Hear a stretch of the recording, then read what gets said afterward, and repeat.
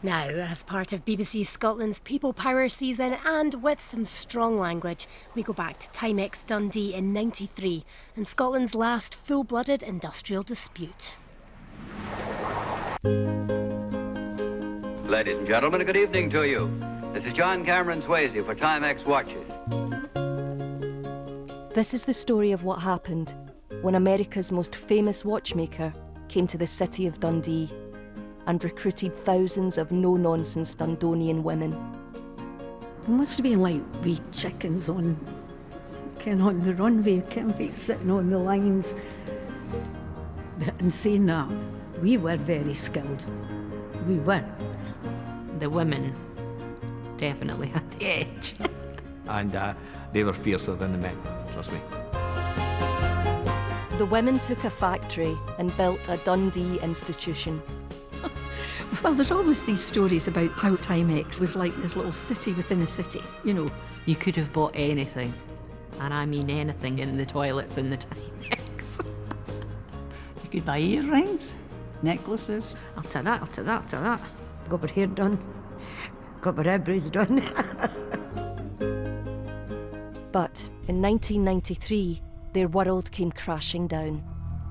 38 people have been arrested and several policemen injured during a demonstration outside the Timex factory in Dundee. A passionate and bitter battle. Scotland's last full-blooded industrial dispute. The important thing to underline right from the outside was that the women were the absolute backbone of it. Women that were quiet wee things all of a sudden went, "Wah!" And it was scary.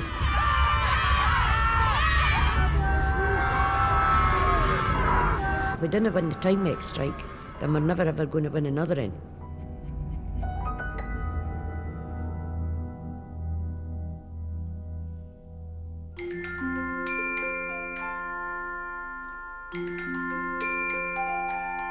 Christmas, I can remember the nights out. Christmas was good in Timex. It was a brilliant place. My department used to have a dance, Santa Claus. There was a lot of great girls work there. And it could be terrifying when you're a wee bit drunk and walking past the female toilets wasn't something you did as a young man. And the gaffer standing at the door saying, "Oh, you come out of there." And we would go, "It's Christmas." But Christmas Eve 1992 would be remembered for less happy reasons, as the president of Timex Dundee prepares to make an announcement. Myself and another shop steward were called into Mr. Hall's office. They had to put something to us. And we knew something was going on. The company announced that it's got shortfall in orders. And then we got told that there was going to be layoffs. I mean, who would do that on Christmas Eve, knowing that people were going to be out of work and, you know. You do it because this is the time when people are going into debt because they've got to come with Christmas presents and stuff for the family. It's the middle of winter, the bills are going to be more expensive. The company's timing is perfect, but it's psychological warfare on the workers. A horrible way for anybody that's worked in factories for years to be treated. Our response is you can't create work out of nothing, so we decided that our tactic would be to rotate the layoff. So if you've got two people doing the same job, one person would be off 1 week, one person would be off the other week. We were so flexible in that factory, everybody could do each other's jobs. And when they said there wasn't enough work, we said, well, week on and week off. And that gives everybody a wage every second week, and sign the brew the week that you're not. And they wouldn't accept that. Mr. Hall said, "We will pick and choose who will be laid off." In the main, the shop stewards were laid off. It seemed to be people that were the most union-orientated. I mean, you could have went out and went, "Yeah, he'll be laid off, he winna." And that's, you can.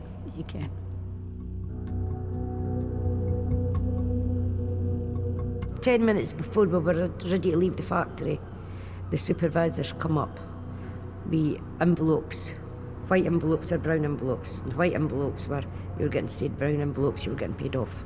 It's a terrible way to treat people. So it was put to the body of the kirk that we would go on, like, the recommendation was strike. We would have to make a stand. We would have to make a stand. I mean, this was a highly skilled workforce, right? They had homes, they had mortgages, they had families. They relied on their wages like any workers do. So it was a show of hands, and, well, you didn't go against the recommendation for your full-time officials, so that was it. The strike was on.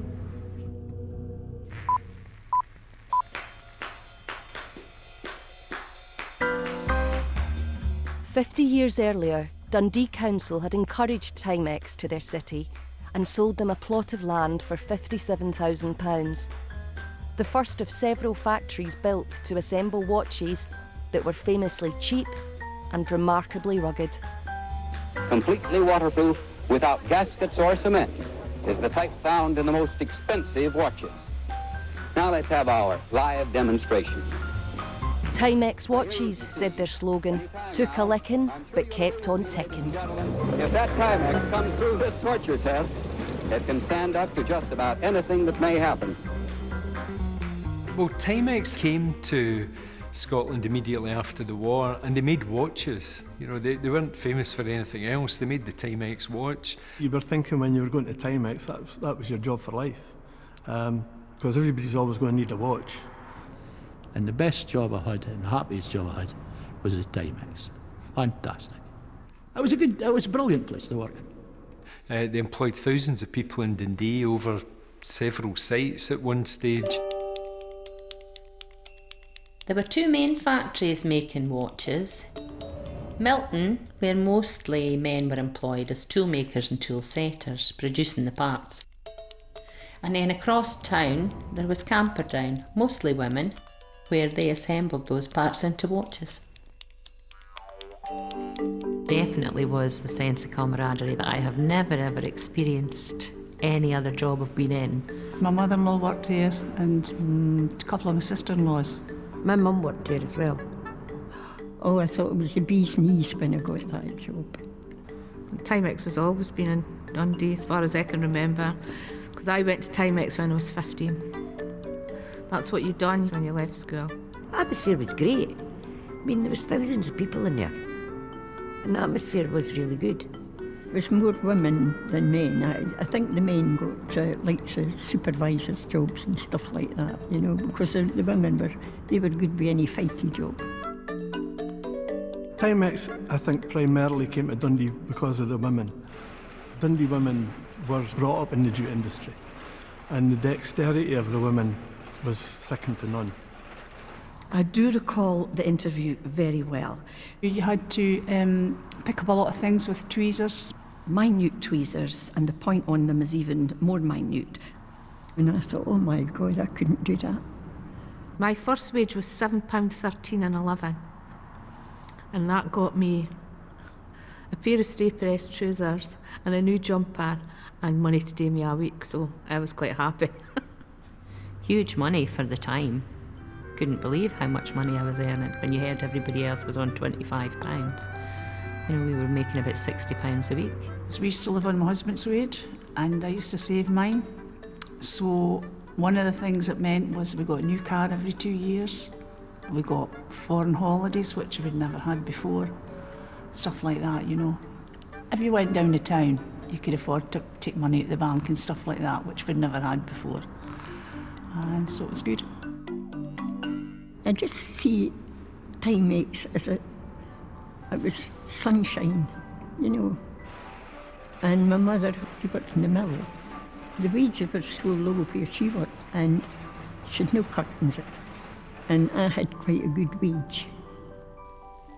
So I went into one of the shops in Lochee, and I got 13 yards of material, took it back to my mother, and I was able to do 2 sets of windows, the main windows and the stair window. So that you folk at the front seen our curtains, you see. Amazing, it really was. It was amazing, I loved it. I loved that job. Pull it right out now, will you? Let's take a look. Yes, it's still ticking. It took the torture test, for only Timex can take such a licking and keep on ticking.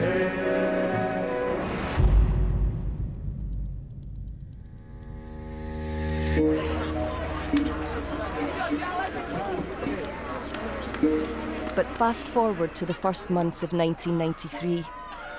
The workers are on strike, half of them officially laid off. It's an industrial dispute that seems to come from another era. There were very few industrial disputes at that time, partly because the law had changed. Margaret Thatcher had run the country for 11 years. She'd broken the miners during the miners' strike. You didn't really hear about this old-fashioned sort of boots in the ground, picket line type action. And nor did you have a management like Timex, which seemed to be a throwback to the same period. You know, it was very old school management. Peter Hall, who was the managing director at the time, never moved to Dundee. He and his family lived in the south of England somewhere, can't remember where.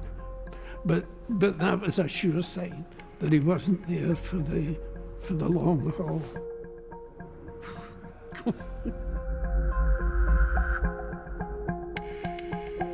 Peter Hall was a bit of a distant character. He kind of hid a bit. He wasn't on site very often. You know, he tended to be barking his orders from elsewhere. So we knew him more by reputation. An arrogant bastard. I think he was quite a prickly character. He was nice enough on the shop floor, really nice enough on the shop floor, until the union got involved with him on any issue, and then his back went up. And my experience as a union official and as a convener, right, it's because he was the worst manager I ever met in my life. He would just, no, we can't afford that, we can't afford that, you know.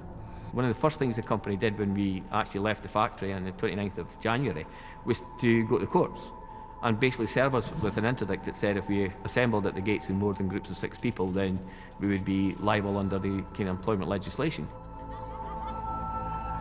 We got round that by saying, well, we need to have a mass meeting every morning. We need to tell our people what's going on.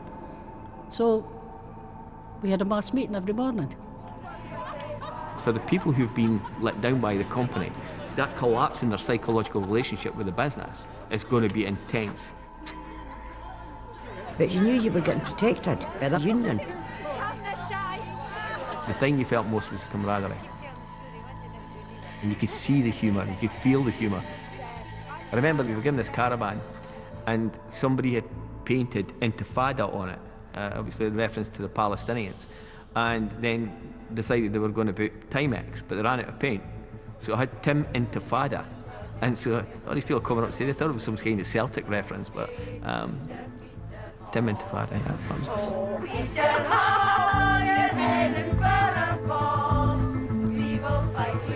Over 300 striking workers,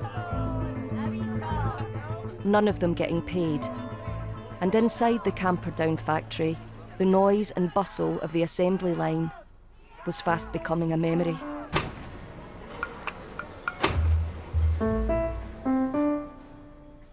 You had to be at your bench for 8 o'clock, and there was like a buzzer went, and that was it. That was your working day started.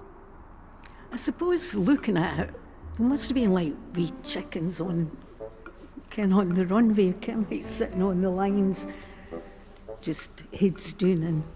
Because you had double fluorescent lights above your head. Obviously, for the lighting, so you were, and you had a wee bench you sat on. You had this wee thing and you just... What you call the jig, and had arms on the jig. And what you did was you put one side of the watch in the jig, and then everything was tipped out because it was faster to get, so you could nabble. And you would just sit with your torque and sit and unscrew the screw, pull it out, throw it in a tub, pick up the new one, put the seal in, and then shove it in and screw it back up and back into the tray, take another one, do the same again.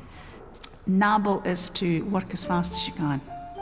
The females in Campbell on the assembly lines, we were very skilled. And then you had to check it to see if it was working, then you put it in a small tin. You just kept yourself going because you were on a line, because it was continuous belt. So it was spiky work. Mind-numbing probably would be the word I would use now. But in order to get your £9 bonus at the end of every week, you had to jolly well work hard to get that. In '82, Camperdown did the most ever watches they'd done. It was 2.5 million in that year. Timex was good for Dundee. Dundee was good for Timex.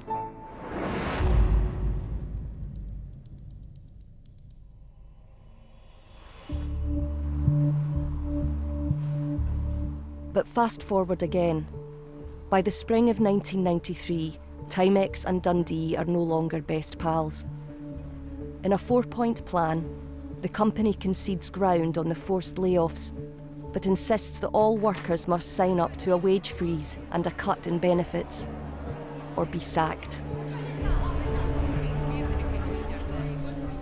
On February the 5th, the company sent out letters threatening people with termination of their contract of employment. So we have a meeting at the Marriott Hall, and basically what the company are saying to people, they've got to contact the company to say they wish to return to work.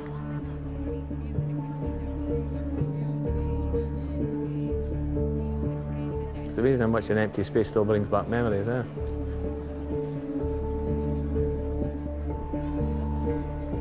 "300 people, tightly packed, very, very high emotions, reacting to this letter that the company had sent them, threatening workers with their jobs if they didn't return to work. That's a really highly charged meeting. You're effectively being told, hand this letter back or you've lost your job. And I made a speech encouraging people to stand firm, and I had my letter, which in a kind of fit of kind of dramatics decided to tear up and throw in the air. And just as the bits were floating down, I started thinking, wait a minute, what if everybody else goes back to work and I don't have a letter?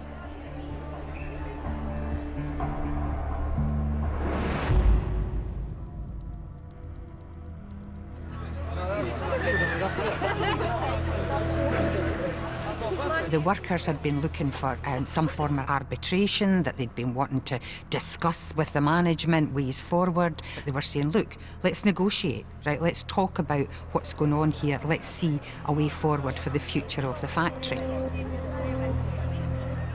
So they'd been on strike, but a decision was taken to go back to work in order to proceed matters further. Following day, I was taking the workers back into the factory, and the police are 3 deep at the gates. I'm here for work. Are you preventing me from working? Tell well, let us in then. You're not preventing us. Let me in. We went up to the factory to go in, and the gates were all locked. And that was, we were locked out then. We were quite prepared to go and work, but no, the gates were locked on us, so it was a lockdown.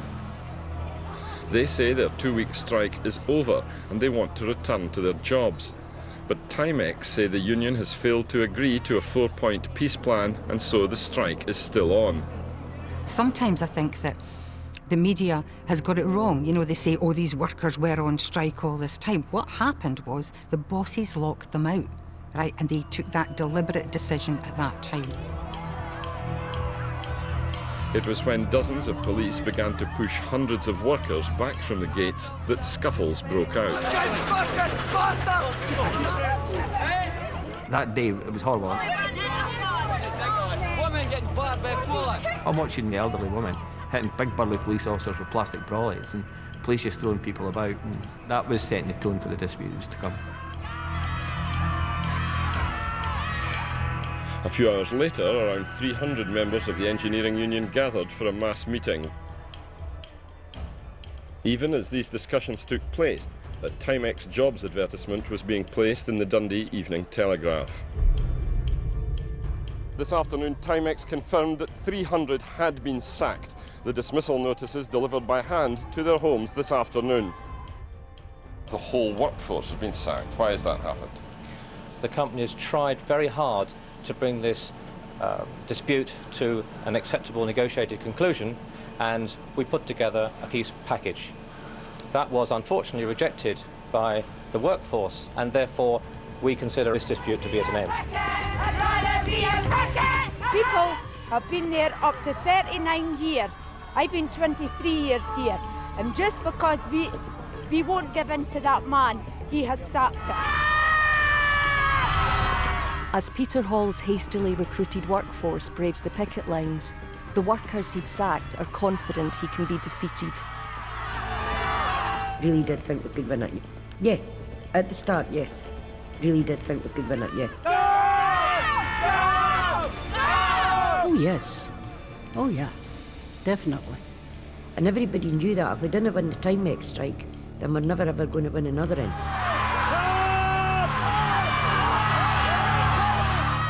The 1993 dispute is growing into a serious threat to the future of Timex in Dundee. But the company had faced grave difficulties before. Time was when every British schoolboy wanted a Timex watch. Schoolboys now want watches that not only tell the time but do their homework for them. And in Dundee jewellers, you have to look hard to find a locally made mechanical watch. Back in the 1970s, as the analogue watchmaker faced a digital future, the adaptability of the women workers helped save the business. They considered the digital watch in 1977 and dismissed it as a fad. It's not going to take on, it'll just die a natural death. The demise of the analogue one, you could feel it. You could feel it in the department. People's attitude had changed. They weren't getting enough work to make their totals. The company made watches, and when it stopped making watches, they really were thrashing about. And then the Sinclair research deal came to being during the 1980s. At the age of 40, Clive Sinclair is now making his third fortune in the high-risk, competitive field of small computers. We, above all companies, are dedicated to production in Dundee. We feel a debt to Dundee. They produce most of our computers. They do so extremely well. There are many more jobs yet to come. He came once. Can't remember if he had his stupid wee car or not. It was amazing how everybody adapted to it. We were the ones that turned from watches into electronics overnight, more or less. It was quite interesting work, very intricate work. Everything on the board was hand soldered. They used to be bent and put in, and each operator had to know which diode went where and which capacitor went there. Capacitors have got to be a certain way around. They've got a plus and they've got a minus. We had to learn all that. And we had a diagram and we had to follow the track and see if there was a bit of soldering missing, or maybe the track had lifted. I used to be able to fix the tracks. I mean, I don't know how to work a computer, but I can build it in maybe. But I don't know how to work it. That was called a heat sink.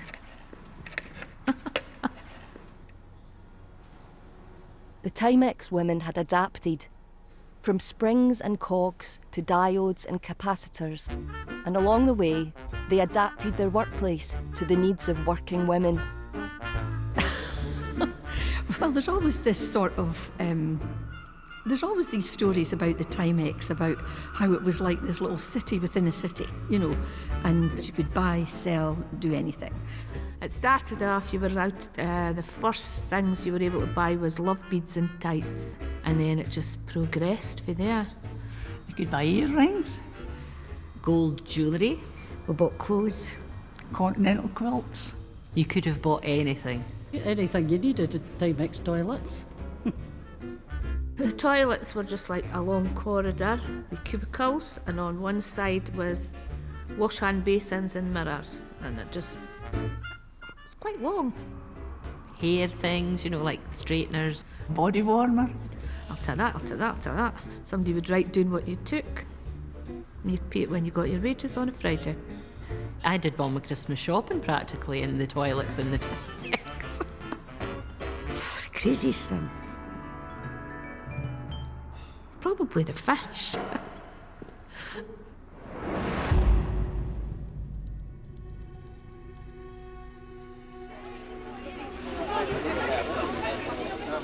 Always a great place to work, a Dundee institution.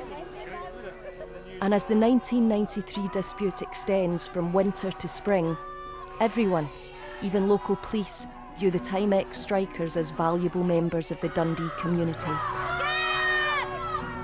When the strike started, the police used to bring up a tray of pies for us in the morning.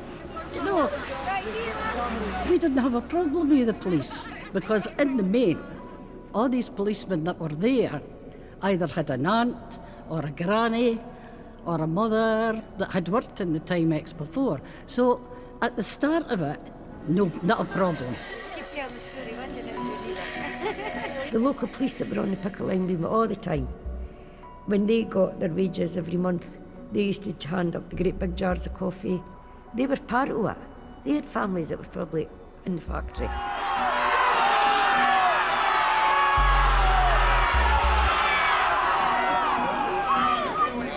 Dundee people, Dundee employees were basically good people. But you can only take good people so far.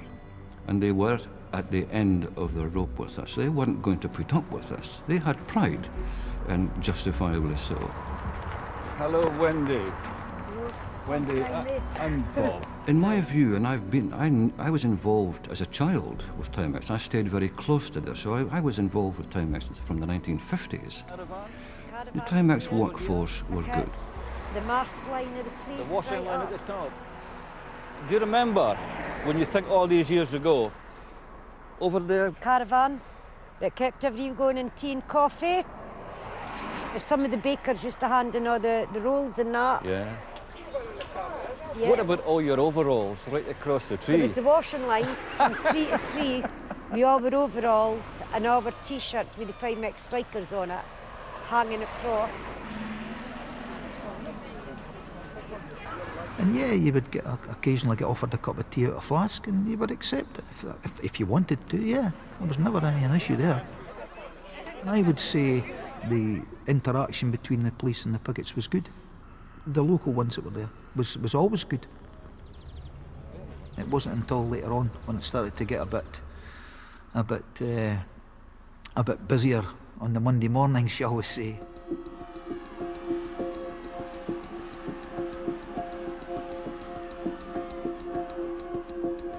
That was the worst thing, yeah. Always Monday morning. Yeah.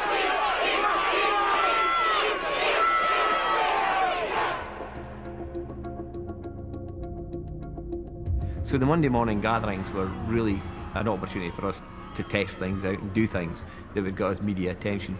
And obviously it was easier to get people to come along after a weekend, especially if people are coming up in solidarity. And obviously we need the media attention because we've now got 300 people on strike. That's 300 people who've got no wages. The situation was clearly an escalating one, but particularly when they were drafting in other workers on the buses. They were called scabs. I don't like the word, but that's the word that was used. When scabs were being brought in on terms which were far less financially than the employees had been getting paid. That rankled big time with the strikers. And that's when the trouble really started.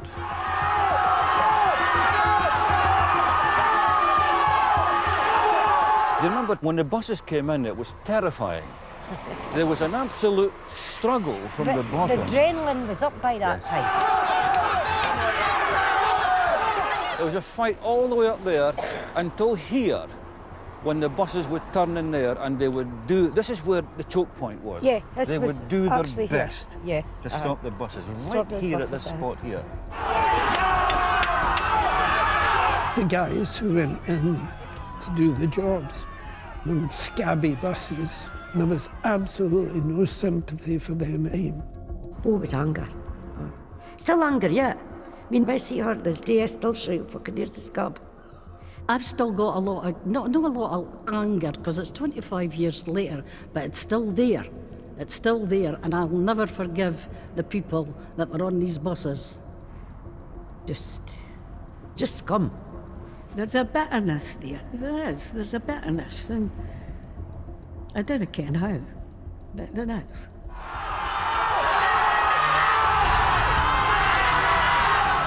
I mean, we drove through picket lines every morning and night, and it was a nasty time for everybody. You got the usual abuse, you got cans of Coke and coffee thrown over your car.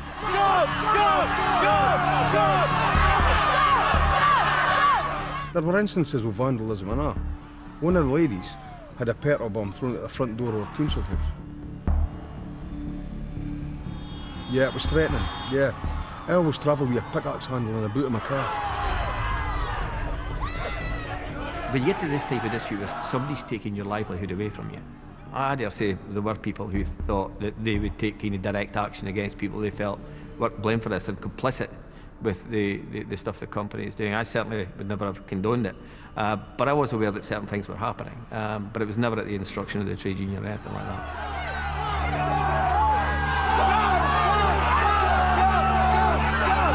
We lay on the road. The women linked up and lay on the road in front of that I remember bus. that one day. I'm not so sure I would do it nowadays. I might be too old for it, but yeah.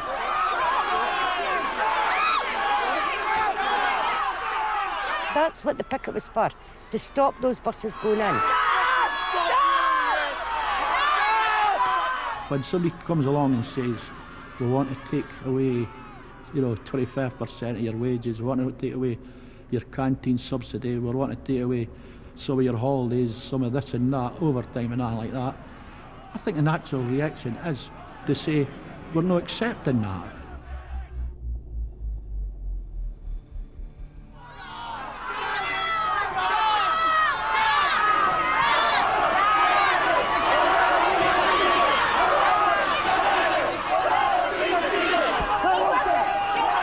We didn't want the pickets that were encroaching onto the road to interfere with the buses that were going in, purely for their safety. And that was what we're there for.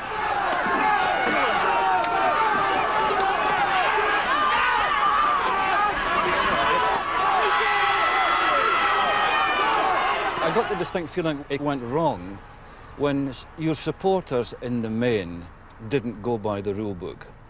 And whilst you were behaving well and according to the law and picketing and so on, a lot of your supporters were here for one particular purpose only, and that was to cause as much disruption as possible. I wouldn't say disruption, it was when they were getting singled out by the police. I mean, everybody standing in the background was doing fine, and then when the police were going in heavy-handed, that was when the trouble would start.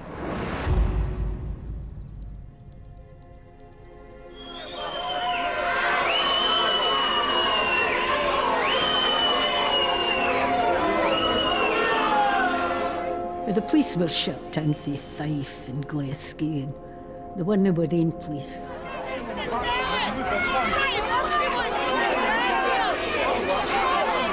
There was a lot of talk at the time in the media about violence. But if it had been at Dens Park or Tannadice, they'd have said it was handbags.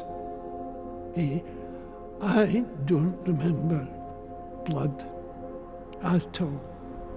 Not at all. It was pushing, shoving, maybe the odd punch or two.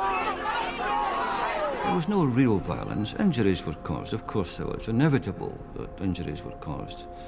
But generally speaking, we would go there thinking, right, I'm going to get a pair of shin guards and stick these in my socks just in case.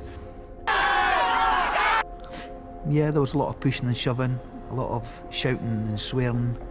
There was one guy I remember tried to jump on the front of the bus, and he was immediately hauled away by some of my colleagues. I'll tell you, I've got no respect for police now, none. Because in the main, it was females that were standing when the laboured into us. Absolutely kicking with, pushing with, pulling with, really. And I mean,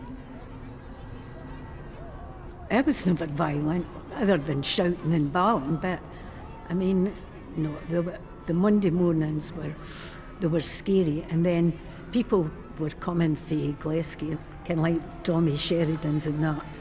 They could have been violent.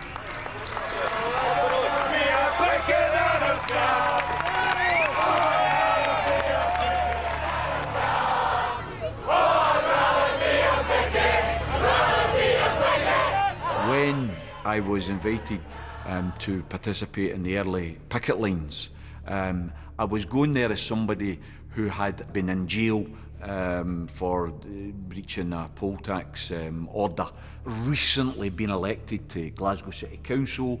I therefore carried a bit of credibility as somebody who was a socialist, who was on the left, and although officials at the hierarchy of the EU at the time and plenty in the media wanted to make a big thing about outside agitators, it has to be absolutely underlined right from the outset that people were welcomed on the picket lines. People were welcomed.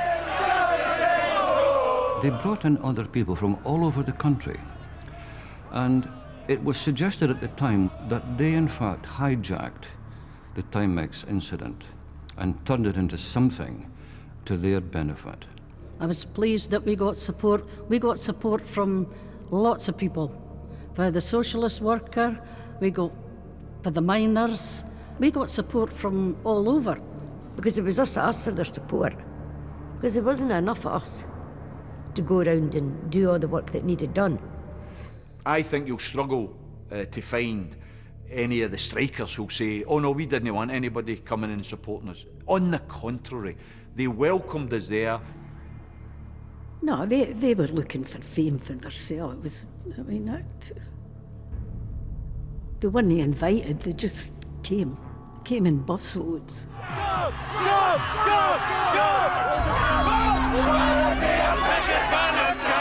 It was untidy. You cannot have good order in putting something like this into shape. The police attitude was terrible. I mean, Tommy Sheridan was on the picket line in support, and he was about 4 back, you know, and 2 guys went in and lifted him. There was no snatch squad. I can fully understand why certain people would want to say that Tommy got lifted for nothing, but Tommy Sheridan would be inciting the others to create a mob situation. I was not on the road. I was trying to hold people back.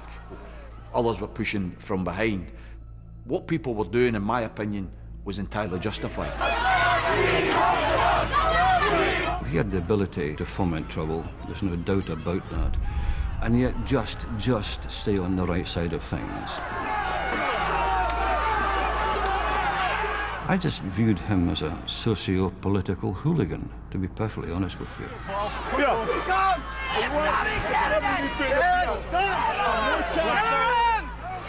And I turned to say to people, watch, stay careful, something like that. I can't even remember all the words. And then I was huckled.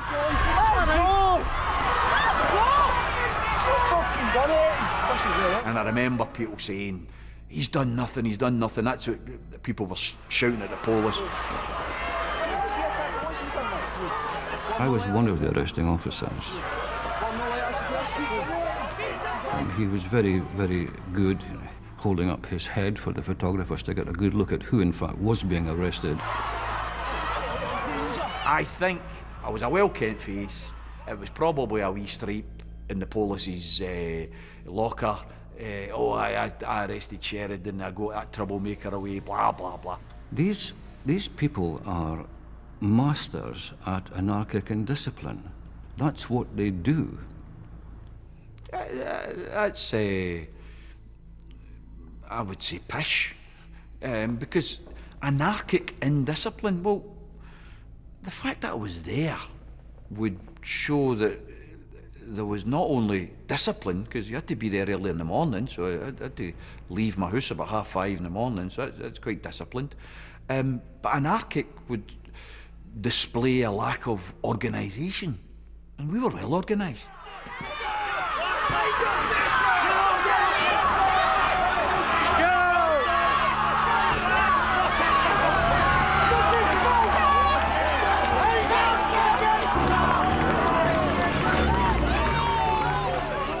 The important thing to underline right from the outside of any discussion of the Timex dispute was that the women were the absolute backbone of it.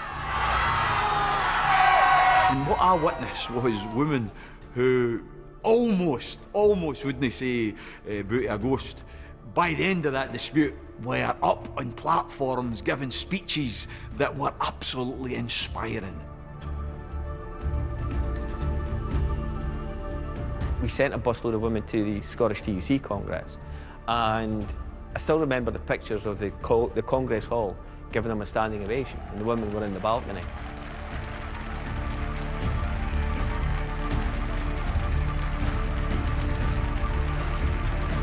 Some of them were involved in the politics and the trade union movement. Many of them weren't, and suddenly they realised they were part of something bigger. And so there was this politicisation where women in particular are talking about becoming members of Scottish Militant or becoming supporters of Socialist Worker Party. You know, the sad thing is, a lot of the women got carried away. Absolutely. A lot of them joined that party. And you just go, for God's sake, you fell out of bed this morning, what happened to you? And they really got women that were quiet wee things all of a sudden were and it was scary. Really scary. It's wrong to say that they were so influenced by the left that they suddenly became these radical class fighters. They became class fighters through the struggle, right, through their own experiences. They didn't need people coming in from any political party to tell them, oh, this is how you should feel, this is what you should do. They can work that out perfectly well themselves.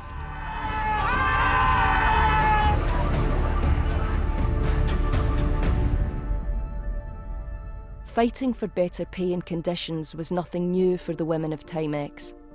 For most, membership of the engineering union, the AEEU, had long been compulsory. Everybody was in it. The union was a necessary evil. You had to be in it. So I was a shop steward for a while. You were kind of brought up like that in those days. Like your granny and your granddad, and even out with your mum and dad. They were always in the unions. I think it was just part of life then. Well, I'd been in the union when I was 15, so... And it was always the AU, because it was always factories I worked in. I have to say, back in the day, I was probably quite militant myself, so if there was an injustice I felt being done, which I'm still like today, I was right on there,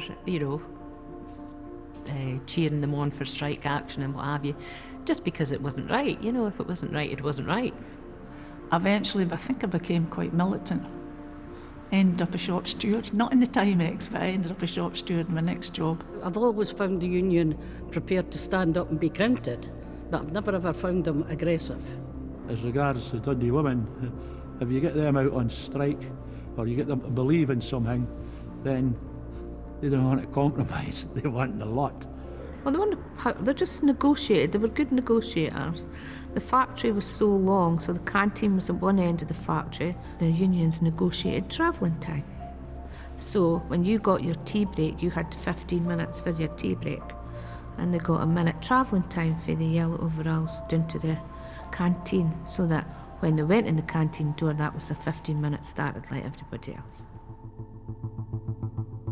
The Timex women had long fought their own battles, but back in 1986, things had changed.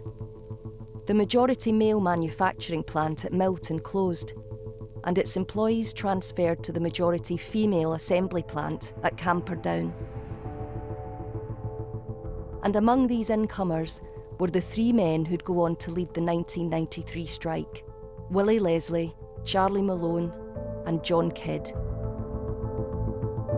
When Milton closed and the men, the big guns, the big union guns moved, if you like, into Camperdown, I think some of the women were knocked out of their place, that they weren't given their position. And the union changed as well, because we had our own convener and vice convener, and when they came up, they kind of pushed ours out and they took over. Can I first of all, on behalf of the sacked Timex workers, welcome you to the picket line this morning. So yes, we were at a time when the leadership was seen as predominantly male. It's wrong that it was 3 guys at the top. They're good guys, don't get me wrong, right? I am not in any way criticising, but I do think that women in struggle behave differently. Would you go back in if Mr. Hall is still in charge of the factory? It doesn't matter who's in charge of the factory, as long as our wages and conditions are intact. That's the conditions under which we'll be going back. We were more, I don't know, more approachable. We would go into meetings and listen, whereas they would go in and we want this and we want that, and that's not always the way to go.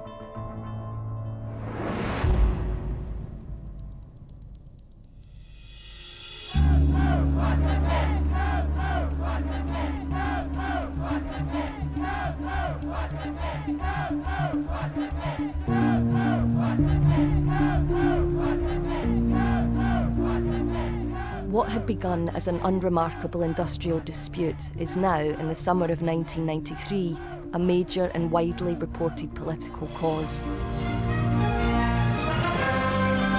38 people have been arrested and several policemen injured during a demonstration outside the Timex factory in Dundee. It was the biggest and most violent protest at the electronics plant since the dispute began at the start of the year. This was the worst violence seen outside the Timex plant since picketing began 3 months ago. The protesters, many of them from outside Dundee, tried to break through the police cordon to blockade the gates, defying appeals from local union officials. I guess when you've got thousands of people and you've got hundreds and hundreds of police officers, something's going to happen at some point, and it did quite early on in the day. It wasn't pretty. Today was a particularly nasty and ugly scene outside our gate, so obviously we're very disgusted. I think it's absolutely abominable. It's a disgusting example of trade unionism.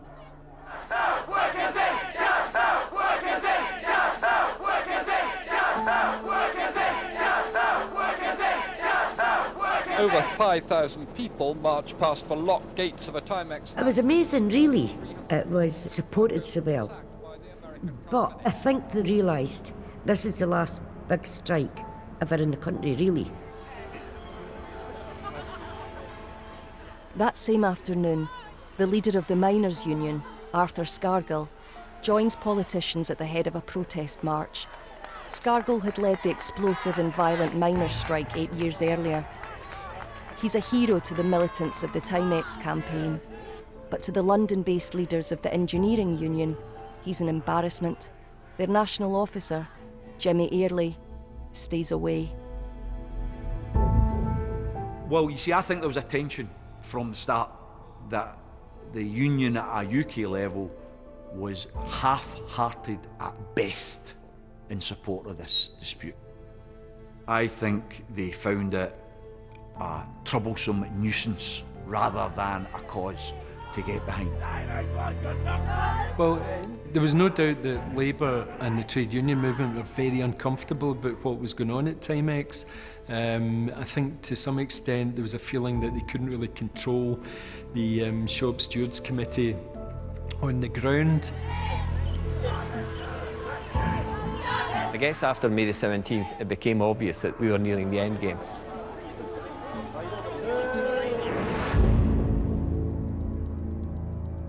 The time is 6:17, and still to come, the man at the centre of the bitter industrial dispute at Timex resigns for personal reasons.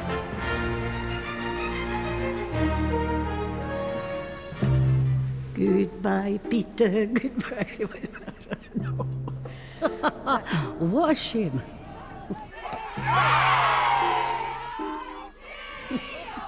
We really felt sorry that day. If you believe that, you'll believe anything. Well, I was glad. I wish he'd went out in a box. I do. He went back to England. I don't think we should ever been employed in the first place. It's just made a pure shambles of this factory. He was the instigator that's, between being sacked. So maybe now we'll start getting a wee bit of progress.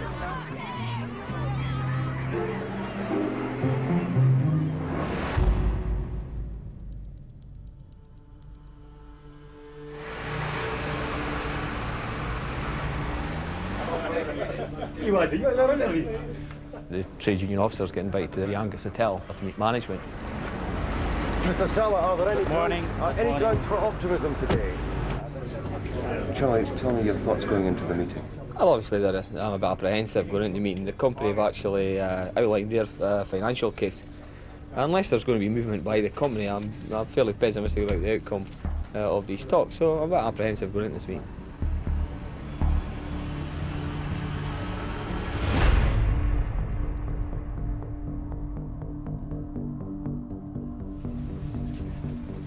Okay, are we ready, John?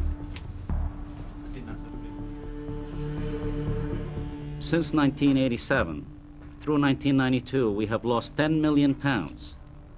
And again, because of our historical connection to the city and the area, and our employees, most importantly, we kept going, we kept trying to reach a solution. We tried today to negotiate with them.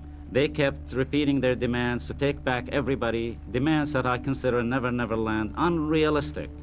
And we informed them today that we will be closing, regrettably and sadly, the factory after 50 years in Dundee. What's the time scale? Well, we believe if we have an orderly closure that probably by December we would be, by Christmas time, we would have been completed. We walked out of the hotel and nobody spoke. You didn't know what to say because you were hearing news that was kind of that momentous. It was something that made people feel quite sick to the pits of their stomachs, that they could be treated in this way. Because remember, it's human beings we're talking about. Although it's a factory, and they're saying a factory will close, with every factory closure there are women and there are men and there are children and there's a wider community that's affected by that.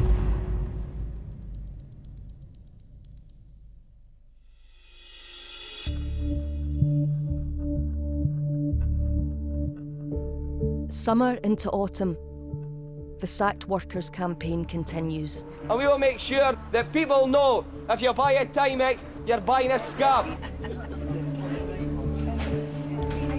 As the once ferocious picket line withers, Timex removes its name from the factory wall and closes the Camperdown gates for the last time.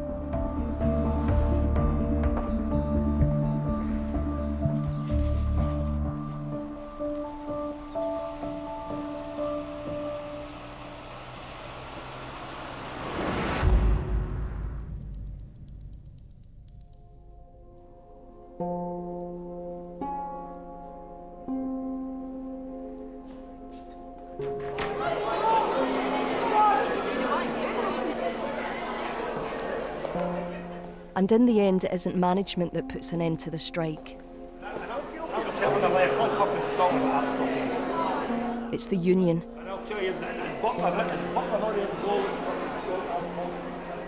Represented by their national officer, Jimmy Airlie, who holds a foul-tempered meeting in the Marriott Hall.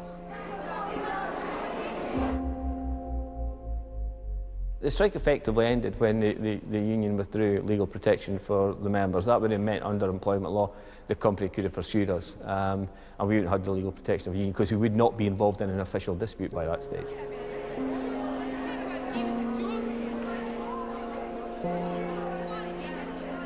I've never seen a meeting like that. It was high passion, people were in tears, other people were really angry, people were throwing their union cards in. The anger was directed towards the full-time officers, the national officers. Jimmy Airlie in particular. The membership have voted by a small majority to accept the union. The union has just delivered us to unemployment.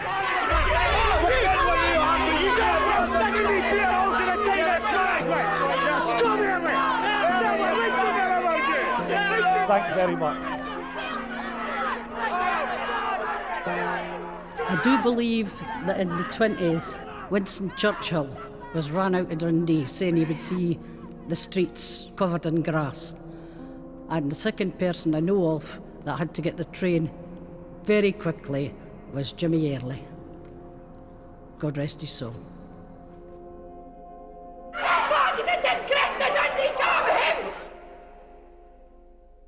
I don't want this dispute to be remembered in terms of Jimmy Early. I don't want it to be remembered in terms of anybody who was part of the SCAB workforce. I want this strike to be remembered in terms of the bravery and the courage and determination of those women on that picket line. They're what that dispute was about. They sum up Dundee. They sum up Dundee women. Don't cross us.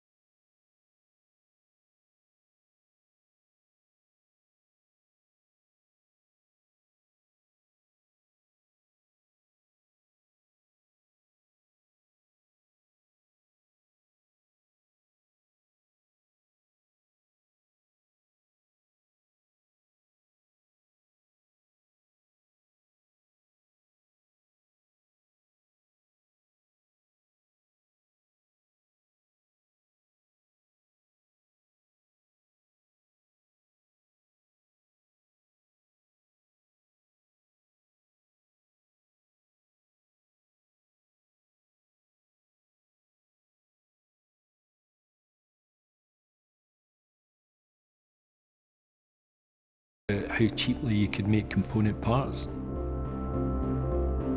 That was sad because it's something that I'd always known. It was there. There was lots of people's lives because whole families worked here. Maybe that was too much Millers, is it? I don't know if there was too much of that, but it was really sad to see it go down.